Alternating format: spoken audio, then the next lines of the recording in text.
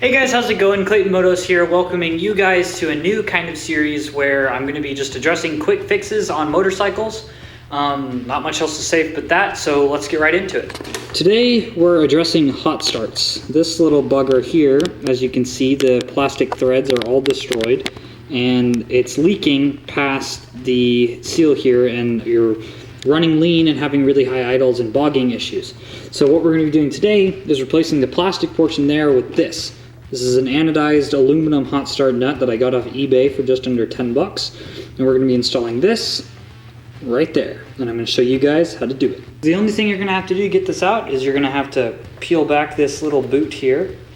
And that'll expose the end here, and then you can just pull it out like that. And then you're going to pull the spring back like that and slide your plunger out, drop the spring, and out comes this nut. You're going to take this one, put it up on there, put the